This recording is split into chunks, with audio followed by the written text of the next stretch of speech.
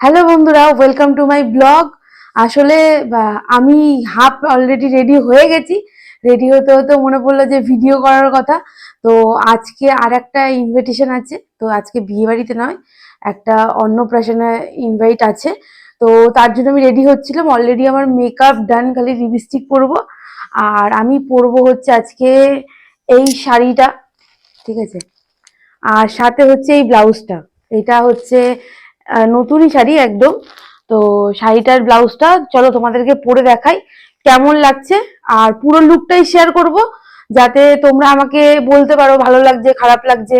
তোমাদের কমপ্লিমেন্ট পেলে আমার ভালো হবে, মানে আমার অনেকটা সুবিধা হবে। তো চলো, আমি শাড়ি পরে পুরো রেডি। তবে আমি একটা কথা বলি, আমি শাড়িটা সেরকম ভাবে খুব একটা পরতে পারি না, তাও চেষ্টা করি যেভাবে আহ কোনোভাবে যদি পরা যায়। তো আর সাথে পরেছি গোল্ডেন কালারের চুড়ি আর গোল্ডেন কালারের জুয়েলারি। আর খুব হেভি জুয়েলারি পরা আমি খুব একটা পছন্দ করি না, বা পরলেও আমাকে খুব একটা ভালো লাগে না।